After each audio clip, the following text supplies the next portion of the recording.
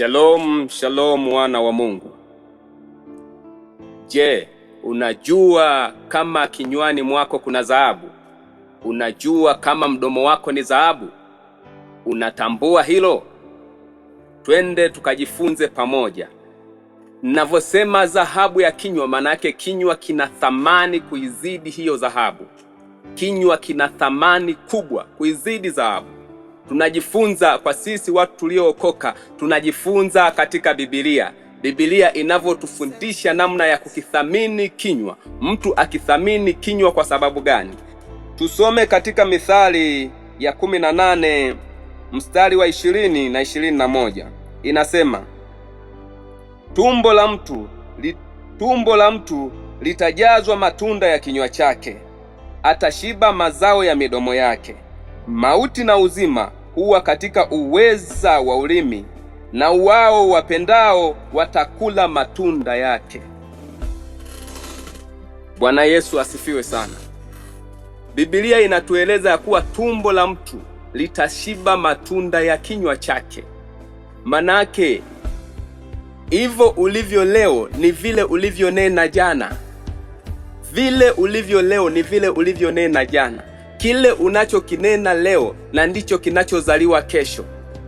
Natamani tujue kitu kimoja, kuwa tutumie vinywa vyetu vizuri katika kuyanena maneno mazuri ambayo yatatupa kesho njema. Tunajifunza namna ya kutumia kinywa, ya kuwa ndani ya kinywa kuna dhahabu, ambako huko kwenye kinywa ndiko kunako uzima. Uzima uko katika uweza wa kinywa. Biblia inatueleza wazi ya kuwa hata tumbo lako, manake nikitoa mfano mwepesi, mtu kuwa tajiri au kuwa maskini ni uweza wa kinywa chake mwenyewe. Kinywa chake kina uwezo wa kuumba mambo makubwa. Tujifunze namna ya kutumia vinywa vyetu kwa usahihi, kwa sababu tusipovitumia vinywa vyetu kwa usahihi, mambo mengine yanaweza yakatokea tusiyoyatarajia. Ngoja tusome kitabu kingine ingalau tupate ushahidi zaidi. Kwa nini tuzungumzie kwa habari ya kinywa? Penzi mtazamaji wangu, fungua Petro wa kwanza. Ni waraka wa Petro wa kwanza. Fungua upate kujua.